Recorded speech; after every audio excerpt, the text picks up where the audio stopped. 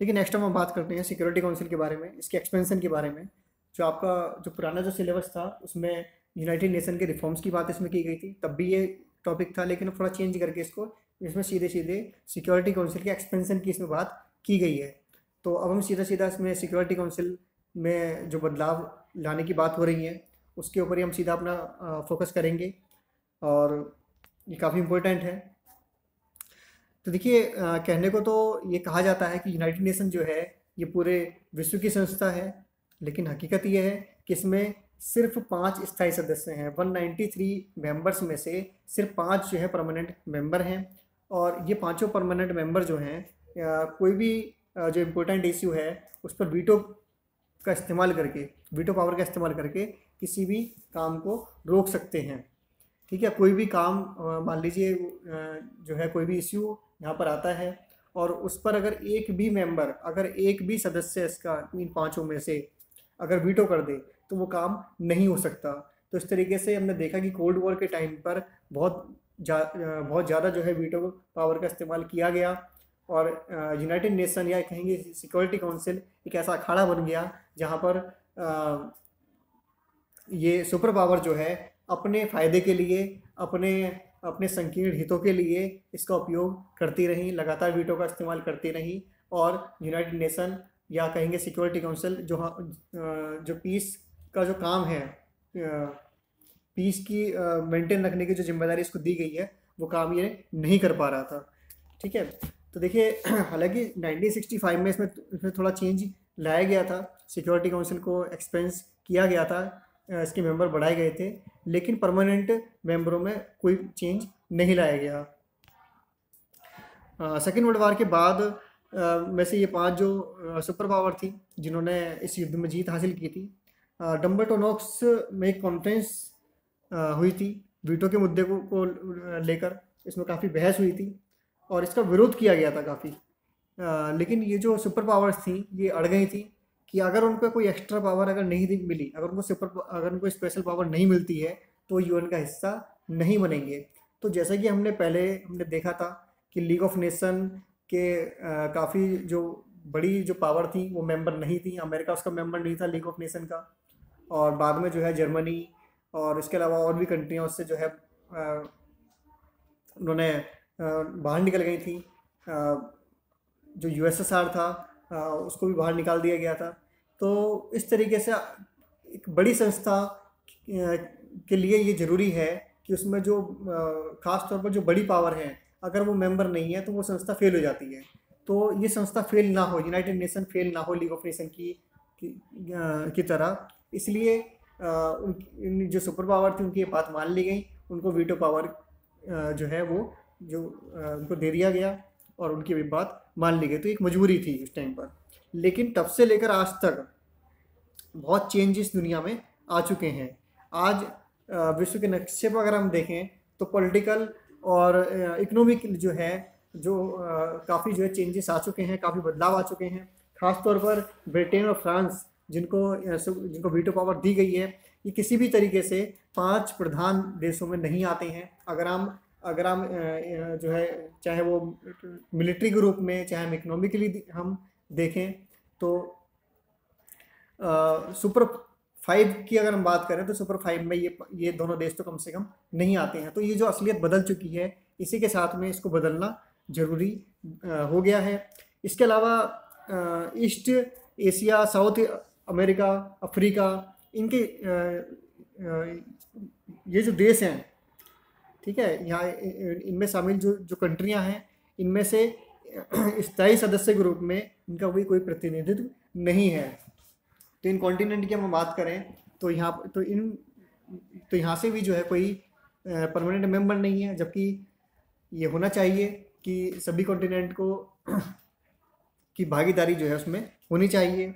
इसके अलावा जो सुपर पावर के रूप में इंडिया है, ब्राज़ील है, जर्मनी है, जापान है, एक बड़ी अर्थव्यवस्थाएं ये उभर कर सामने आई हैं, एक बड़ी महाशक्ति के रूप में इमर्ज हो रही हैं। तो और ये अपनी दावेदारी रखती हैं सिक्योरिटी काउंसिल में। तो इसमें इस वजह से जो है इसके एक्सपेंशन करने की बात, इसमें बदलाव करने की बात चल रही है। तो ये आप देख सकते हैं कार्टून है, ये कार्टून बेस पर आपके क्वेश्चन आते हैं। तो ये यूनाइटेड नेशन है पूरा, ये जो इसको दिखाया गया है ये सिक्योरिटी काउंसिल। इसमें सिर्फ 5 सुपर पावर, रसिया, फ्रांस, चाइना, यूके, यूएस, ठीक है, बाकी ये अदर कंट्रियां हैं। इसमें ये बताया गया है, ये दिखाया जा रहा है कि ये काफ़ी अनबैलेंस हो रहा है, ठीक है, और इसको बैलेंस किए जाने की ज़रूरत है। तो इसमें देखिए 92 में सबसे पहले आवाज़ उठाई गई। यूएन की जो जनरल असेंबली है, जनरल असेंबली सभी की है, एक एक पूरे विश्व की जो है, हम पार्लियामेंट उसको कह सकते हैं, पूरे विश्व की एक पंचायत हम उसको कह सकते हैं, ठीक है। तो उसमें एक प्रस्ताव लाया गया जिसमें 3 शिकायतें जो हैं प्रमुख रूप से शामिल की गई थी। पहली बात ये थी कि सिक्योरिटी काउंसिल जो है, जो बदलती हुई जो राजनीतिक जो वास्तविकताएं हैं उनका प्रतिनिधित्व नहीं करती है, ठीक है। पॉलिटिकल जो अब रियलिटीज़ हैं वो चेंज हो रही हैं, तो उसका वो इसको रिप्रेजेंट नहीं करती है। इसके अलावा जिसके डिसीजंस हैं वो वेस्टर्न वैल्यूज़ को ही रिफ्लेक्ट करते हैं, वेस्टर्न वैल्यूज़ और इंटरेस्ट को ही रिफ्लेक्ट करते हैं। एशिया, अफ्रीका, लैटिन अमेरिका जैसे देशों का प्रतिनिधित्व यहाँ पर नहीं है।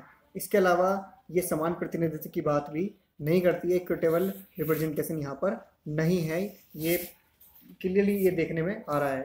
तो देखिए आज जब हम डेमोक्रेसी की बात कर रहे हैं, ठीक है, आज हर जगह डेमोक्रेसी की बात हो रही है। अमेरिका जैसा शक्तिशाली देश भी ये चाहता है कि हर देश में लोकतंत्र स्थापित हो, ठीक है। वो जहाँ भी लोकतंत्र नहीं भी होता है तो वो ज़बरदस्ती इस्टेब्लिश करना चाहता है, जैसे कि उसने इराक में किया और कंट्री में भी चाहता है। लेकिन पूरे विश्व की जो एकमात्र संस्था है, सबसे बड़ी संस्था है, वहाँ डेमोक्रेसी नहीं है, ये हम सभी देख रहे हैं। 193 मेंबर हैं पूरे जो है यूनाइटेड नेशन के, लेकिन उसमें से सिर्फ 5 ही देशों के पास स्थायी सदस्यता है, वीटो पावर उनको मिली हुई है। तो ये हम कह सकते हैं कि ये कहाँ का न्याय है, तो ये न्याय संगत नहीं है, हम इसको न्याय संगत नहीं कह सकते, ठीक है। तो उसके बाद 1 जनवरी 1997 को इसके रिस्ट्रक्चरिंग के लिए, इसके पुनर्गठन की मांगों को ध्यान में रखते हुए जो उस टाइम के जो सेक्रेटरी जनरल थे कोफी अन्नान, उन्होंने कुछ इसमें जो है सुधार लाने के लिए कुछ प्रयास किए, जैसे कि सिक्योरिटी काउंसिल में जो सदस्यों का जो चुनाव है, जो नए मेंबर उसमें ऐड किए जाने हैं, तो उनके लिए कौन कौन सी शर्तें होनी चाहिए। हम ये कह रहे हैं कि भाई सिक्योरिटी काउंसिल का एक्सपेंशन होना है, उसमें मेंबर्स जो है 5 परमानेंट मेंबर नहीं, कुछ और बढ़ने चाहिए, ठीक है। तो जो बढ़ने चाहिए उनके लिए क्या मेजरमेंट हो, ठीक है, क्या क्या उनके लिए कंडीशन होनी चाहिए, इसके लिए उन्होंने कुछ जो है सुझाव रखे। तो कुछ जो है सुझाव दिए गए और जिसमें ये बातें शामिल की गई कि वो एक मेजर इकोनॉमिक पावर होना चाहिए, जिसको नया एडम कर सकते हैं न्यू परमानेंट मेंबरशिप के लिए। इसके अलावा वो एक मेजर मिलिट्री पावर होना चाहिए, वो जो यूएन का जो बजट है उसमें अच्छा खासा कंट्रीब्यूट करता हो। इसके अलावा पॉपुलेशन के मामले में वो एक बड़ा देश होना चाहिए। इसके अलावा वो देश ह्यूमन राइट्स का, डेमोक्रेसी का रेस्पेक्ट करने वाला हो। इसके अलावा वो एक डाइवर्सिटी वाला देश हो, जो कि जोग्राफिकली, इकोनॉमिकली और जो है कल्चरली वो जो है सभी वो जो है डाइवर्सिटी वाला देश हो और इन डाइवर्सिटी को वो रेस्पेक्ट करने वाला हो। तो ये सारी बातें इसमें की गई। तो देखिए इन शर्तों पर, इन कंडीशंस पर कोई ऐसा विवाद नहीं है। विवाद किस बात को लेकर है कि कौन सी जो कंडीशन है वो ज़्यादा इम्पोर्टेंट है, कौन सी कंडीशन कम इम्पोर्टेंट है, इस पर आम सहमति नहीं है, ठीक है। तो लेकिन हमें जो लगता है फ़िलहाल के सिनेरियो में, तो ऐसा लगता है कि ये जो 5 पावर हैं ये किसी छठे को परमानेंट मेंबर नहीं देने देंगी, क्योंकि अगर इन्होंने छठे को किसी छठे मेंबर को अगर परमानेंट मेंबरशिप दे दी तो वो उसका वीटो का इस्तेमाल करेगा, और ये तो फिर इनके जो इम्पोर्टेंस है वो सीधी सी बात है, वो इनकी इम्पोर्टेंस ख़त्म हो जाएगी। तो ये वीटो किसी को देने नहीं देंगे, जो हमें अब तक जो है अब तक के जो सिनेरियो में जो हमको दिख रहा है, तो वो यही बात है।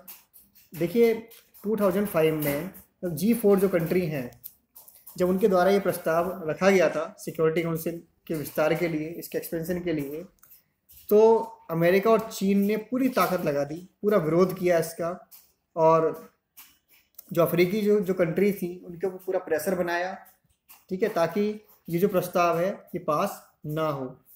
इसके अलावा देखिए जो दूसरी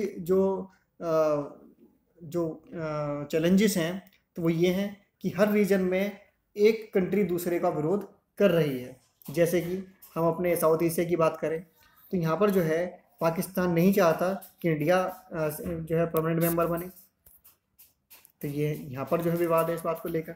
इसी तरीके से चीन नहीं चाहता कि जापान जो है काउंसिल का परमानेंट मेंबर बन जाए। इसके अलावा इटली जो है वो जो है कम्पीट करता है उससे, जर्मनी से।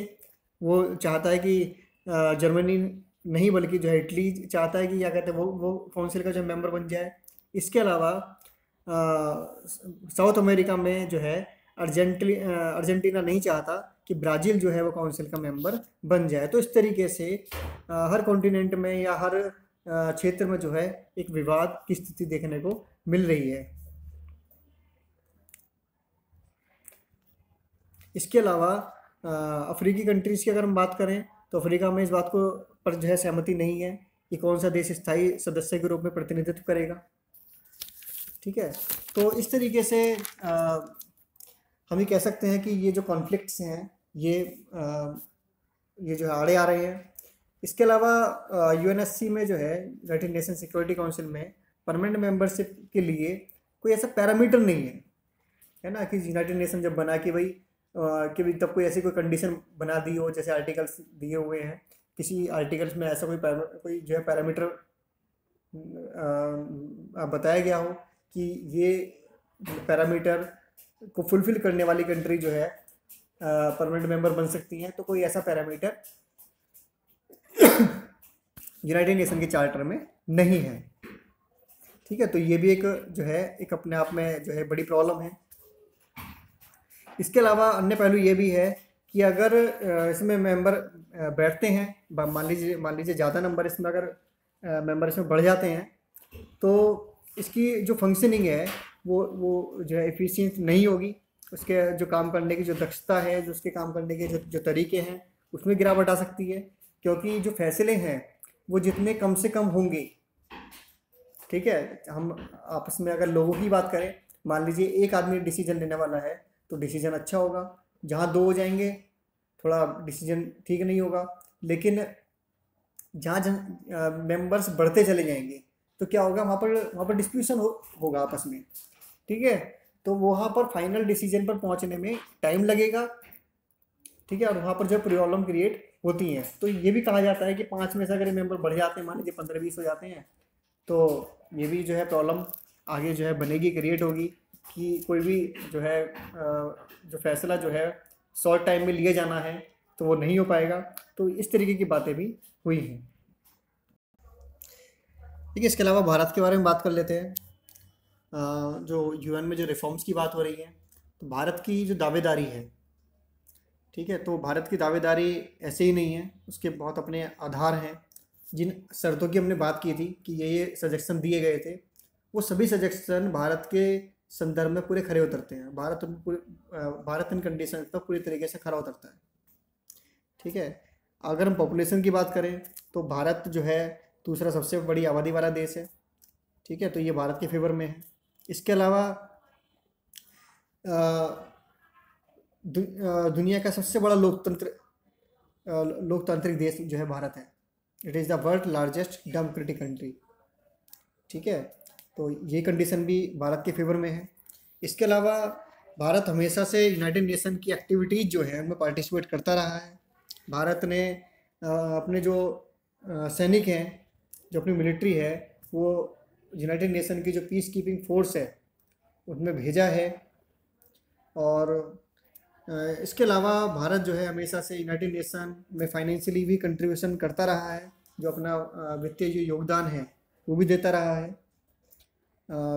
अच्छा खासा उसमें हमारा अमाउंट जाता है जीडीपी के अकॉर्डिंगली। इसके अलावा भारत की जो इकोनॉमिक ग्रोथ रेट है वो भी लगातार बढ़ रही है, तो ये भी भारत की जो सदस्यता है उसका समर्थन करती है। इसके अलावा भारत जिस प्रकार हर क्षेत्र में आगे बढ़ रहा है, ठीक है, तो वो ना सिर्फ एशिया में बल्कि वर्ल्ड में एक बड़ा प्लेयर के रूप में सामने आया है। तो ये सारी चीज़ें हैं जो भारत के जो परमानेंट मेंबरशिप के लिए एक दावेदारी करती हैं। इसके अलावा भारत जिस प्रकार एक डाइवर्सिटी वाला देश है, एक डाइवर्सिटी की भी बात की गई थी उन कंडीशंस में। हमारे यहाँ पर इतने सारे कल्चर्स हैं, रिलीजन्स हैं, ठीक है, इतने सारे लैंग्वेजेस हैं, इन सभी को सबको रेस्पेक्ट दी जाती है। ठीक है, सभी के अधिकार सुरक्षित है कॉन्स्टिट्यूशन में ही। और जब से देश आज़ाद हुआ स्टार्टिंग से ही सबको एक्स्ट्रा जो है अधिकार दिए गए हैं। तो ये सारे कारण जो हैं ये भारत के फेवर में हैं, भारत को एक स्थायी सदस्यता के रूप में एक मजबूती का जो है आधार प्रदान करते हैं। इसके अलावा सामरिक दृष्टि से भी अगर हम देखें तो जिस तरीके से चाइना भारत को हमेशा आँख दिखाता रहा है, और जिस तरीके से China one belt one road और भारत को पूरी तरीके से के पड़ोसी देशों को भी घेरने वाली स्थिति में है, और डोकलाम विवाद और ये सारे इश्यूज जो हैं, तो इसके लिए भी जो है ज़रूरी है और कि भारत को जो है सिक्योरिटी काउंसिल में मेंबरशिप, उसको परमानेंट मेंबरशिप मिलनी चाहिए। ये जो है क्या कहते हैं, परमानेंट मेंबरशिप के रूप में इसको दिखाया गया है जो है तलवार को। ये अमेरिका के रूप में दिखाया गया है, इंडिया और ये चाइना। इंडिया यहाँ पर जो है ये इस टाइम का जो है इमेज है, ये इस टाइम का कार्टून है जिस टाइम पर जो है मनमोहन सिंह जी जो है प्राइम मिनिस्टर थे। तो ये बहुत ज़रूरी है कि भारत को जो है परमानेंट मेंबरशिप मिलनी चाहिए।